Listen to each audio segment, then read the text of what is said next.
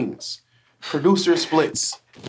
Producing songs getting properly compensated. What is the challenge that y'all deal with in that? When it comes to mechanical royalties or your BMI and ASCAP that people not know, can y'all educate this audience on BMI, ASCAP, and mechanical royalties? I mean, it should be mandatory. A lot of artists don't even think about or even know about what the fuck a royalty, like a mechanical, even is. Like most artists. I mean, producers and artists go hand in hand. There's no fucking song without the beat, so why are producers not getting their credit? Like, at the end of the day, a producer's a brand just as much as an artist is, especially nowadays. So I feel like that's kind of just got to be like just more mandatory, I guess. But mandatory, Mando, and I feel like a lot of people don't know. And you said it, like that's how you build the relationships. That's how you. They're not educated. It also speaks about how serious you are with your music, anyways. Because like, if you hit me up and I don't even know you, but you're like, oh, I'll give you credits, whatever, like royalties, everything. I'm like, all right, cool. Like this dude seems like he's somewhat serious compared to one dude who's just like, oh, let me buy a beat off you and like that's it. Like it's just like I can tell you're not serious about this shit. So it's just like I don't know. Yeah, and even when we started, like kind of when I started my producer artist collabs, like when I did with Architects, and once I told him too, same thing. When I initially told him, we brand you as a producer artist. You're not just a producer. So when you see the name pop up, it's gonna say my name and him as an artist too. That's one thing we've been adamant about, is always showing love to the producer. You can go check the catalogs, all of them got a producer on there, because I come from that life. I understand when people don't get tagged. I understand when people don't get the credit. I understand when people don't get the cheese up front. I understand when people don't get that as a producer. When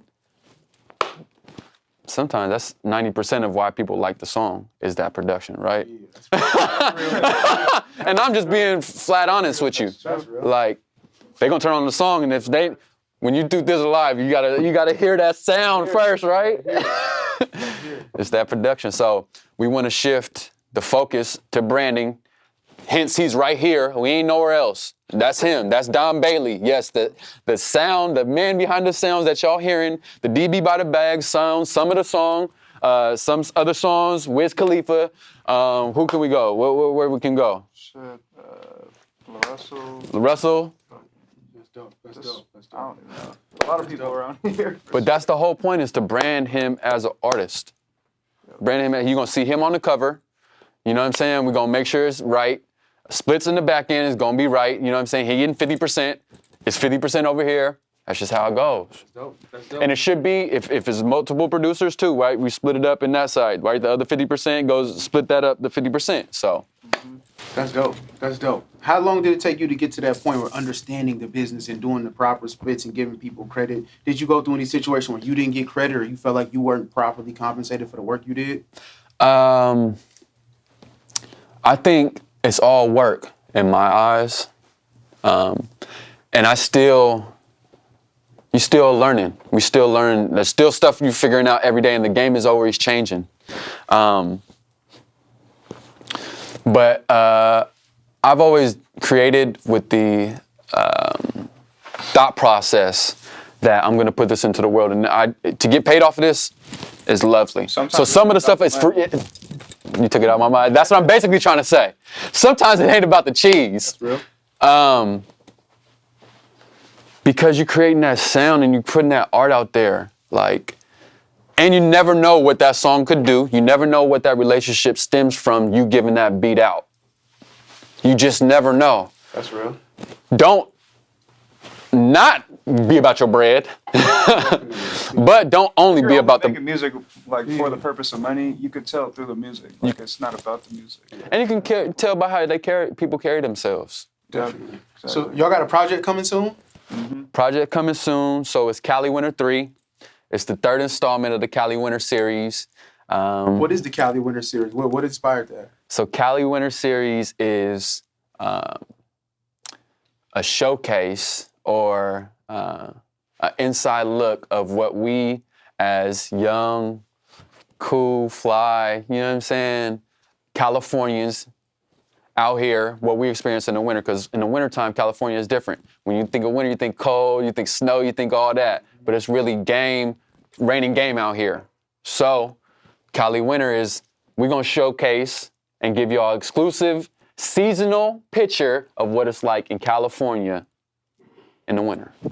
So the soundscapes, the vibes, the stuff we're talking about is an example of that. So we got good feedback on the first one. And just kept it continuing. I seen Dom was like, keep building. So every time this, I usually hit him right at summer, like, hey, Dom, I need something, get ready for Cali winter. So that's usually how it works, right? How many tracks you doing? Do you believe in a long track list, or you like to keep it short and sweet these days? Short, tight, simple. Dom gotta always bring me back. It's simplicity. And scale it back, and bro, bring me back too. 5 songs. It's almost like we treating this, I think EPs are like a fresh demos. Seasonal, but it's almost like a seasonal. You can only get at a specific time, but it's like not demos, but you get a showcase of each feel. So I got a little girl song on there, you know what I'm saying? Got some knockers on there, got some thought-provoking stuff, got some melodic stuff, got some spitting stuff, you know what I'm saying? To you know, a few things, so. Seasonal though, it's only get it while it's hot. Get it while it's hot. All right, so now let's get into something different, something I just personally want to talk about. Does our pimp culture music translate well to the rest of the world, or should we dial back on that? That's a good question. Because, you know, in Atlanta, they talk about tricking heavy. Us, that's like an abomination. Like that's, you bet not give her no goddamn money. So does that hold us back with the music? Feels like it. That is a great question. I'm pretty good. Knowing that a lot of the music is broken through women or discovered. You know something. You know something. You know something. So it's a hidden, like, when you play music, you kind of gauge and play with a girl, or play a girl, or in the studio, girls are the great testers. You know something. And in the South or different areas, women break those songs in the strip club. Literally. Or they the ones on the Instagram playing their songs, or they the ones that's telling that girl to play the songs. And then the guys usually catch on after that. Or they only playing it because the girl's playing it. But let's keep it a buck. The pimp game and the sauce and the that ain't never gonna go nowhere. Okay. It's just embedded in the waters. You're right. So it's never like I gotta think of my thought process is think like that, then scale it back. And everything, relationships, every single thing. I swear, I gotta pull my life back, my perspectives back, because it's like we raised off Mac Dre, we raised off like 40, we raised off Short, like Game Infested, like ALB. Like, That's just what it is. But getting older, and I don't got a daughter yet, but I got nieces. I got, I love women. So I think they are the answer. Women are the answer, right? So changing that narrative a little bit doesn't hurt. Will only help and have different perspectives. Maybe we get more art. Damn, I'm about to go crazy right now. Who's the hardest R&B artist in the Bay? Damn. There's so many. But Zaya from Kehlani? Damn, let me not say that. Let me not scale it like that. Damn. Kehlani's pretty big. Maybe not girl artist, girl R&B. Because we got her, we got Kehlani. Guy R&B. Because that's changing the narrative of pimping, right? Yeah. And you would think an R&B song has to have not simping, but like some loving in it, right? Yeah. And it's and this is no disrespect to those who do R&B. No, absolutely. Notable outside to the Bay. I'm just asking a question. Me, I think of Raven Justice. That's just me personally. Yeah. Laren Wong, he's fire. I've never heard of that person. I just think of Raven Justice, and Raven Justice is more, he has loving song. It's a loving song. It's still some of that, I can go that route, but I say that because that's a reflection of how we treating women. Most rap, you're not expecting someone guy to be like, oh, I love him, oh, I love her. You know what I'm saying? Some songs, but most is like ego, bravado. That's why I'm trying to say we don't have an R&B artist who reflects that because of the sentiment. Maybe we change that and we'll have more R&B artists to showcase. Yeah. I guess that's what I'm trying to say. Yeah, I see what you're saying. But we losing out on some money. To answer your question. Definitely. We losing out on spreading more love. Definitely. We're losing out on a different sound because different pimping creates a different sound too, right? Yes. It's more player music. Yes. You got some stuff that's more melodic, more R&B, more musicality. Mm-hmm. I'm sure people don't choose those records, right? Depending, right? But if there's more R&B artists, the flair, if that love is more reflective, I think it'd be more well-rounded. That's dope. That's dope. Where do you see yourself 5 years from now with this music? Like, where do you want to be? Like, what do you want to accomplish in music at this point? Want to go platinum? Do you just want to sign? What do you want to do with? Where do you want to go? It's no set go. It's no set go. Like, I'm gonna continue to work all facets, and So I feel that. And wherever it take me, like I'm breaking it, simplifying it, right? I'm simplifying it, and I was telling bro this. I'm gonna break it down into monthly. Just do the work. It's daily.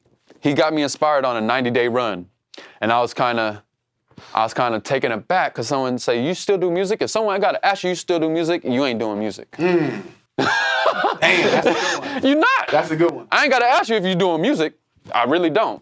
So he was like, "Go on a 90-day run.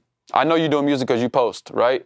If you're not doing the music, I don't gotta ask you doing music because I see you post. You doing the music." I went on a 90-day run, recorded every day, made a beat every day, and just to be consistent. Just do the work. The results gonna come, and I've seen a trajectory. I look at my dashboard, I see I'm up 600% on different things, and just being consistent with it, doing the work, it's gonna come. It's gonna come. So run at anything, go to the gym for 90 days, see what happens. See what happens. Put out content for 90 days, see what happens. So and you sitting on that. You're like, what I'm gonna do with this 90 days worth of content? I gotta put it out. I ain't just gonna sit on it. So you almost trigger yourself to put it out. That makes sense. That makes hella sense. So, but to answer your question, there ain't no goal. We could be the next Cash Money. We could be you never even know. There's no limit. No limit. We could be the next No Limit. Like, there's just no limit to what the goals, and everything is opening up. People are reaching out that never reached out before. We got some things in the works, like people we bringing from outside who are known and bringing them here to showcase that it's Fairfield. Gonna have some people, you know what I'm saying? Some prominent people over here. Speaking of prominent people, I was thinking about this the other day. Some of my favorite people within this industry, and I'll tell you why. First is Remedy, and I'm talking not talent, I'm talking about as people, just people. My first is Remedy, my second is DB by the Bag, my third is Lil Blood, my fourth might be Simba, and I don't know a fifth yet. But I've learned within this industry, it's very few people that are genuine, can hold a conversation, gonna keep their word, answer when they call, and reciprocate, the same love that you showed.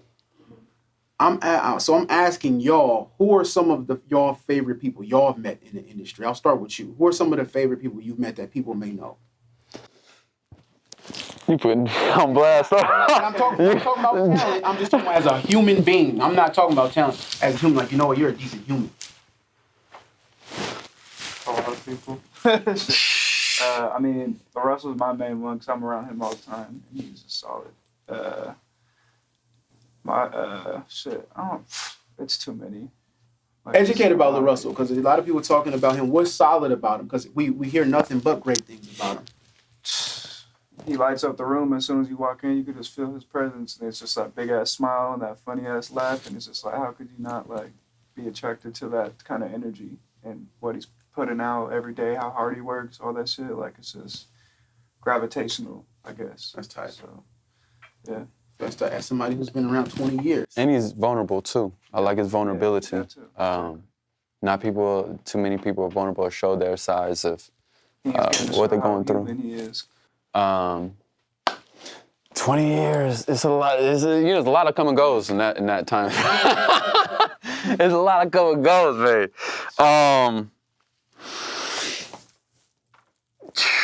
That's a good question. Honestly, I'm gonna keep it like the Fody been a solid dude. I've seen Fody on many occasions. We did a few shows with him in Arizona. We did, been throughout the process of just building this. Been linked up with Droop. Droopy's been super solid. Cousin Feek. I don't know if you're familiar with Cousin Feek, but he been super solid. Oh yeah, P. Pharrell. Pharrell was a solid ass icon, solid ass legend. Man, P been super, like his engineers, his whole team, super solid, and always thought provoking. That's one thing. Like not too many people, even though they solid, they not thought provoking. Like what energy is you putting out there? He one of them dudes that be putting you in the chakras and like just mental mindset. And I'm pretty sure I said some of his words like women are the answer. I'm sure he said that, and that's literally from his teachings and me being a student of his just whole aura. It's been Joe K from Selection, super solid dude, like super solid dude. Shout out Dom and his team too. They've been super solid. And I say these different people because you would think I'm just gonna say some rappers or some, like, nah, I'm well-rounded with, you know what I'm saying, my respect and my relationships within the industry, so. That's real. I just think, I asked that question just because it's important to show appreciation to good people. Absolutely. Just their talent, because in this game, you only judge by your talent and what you can provide, but we never talk about people as human beings, like you said at the beginning of the interview.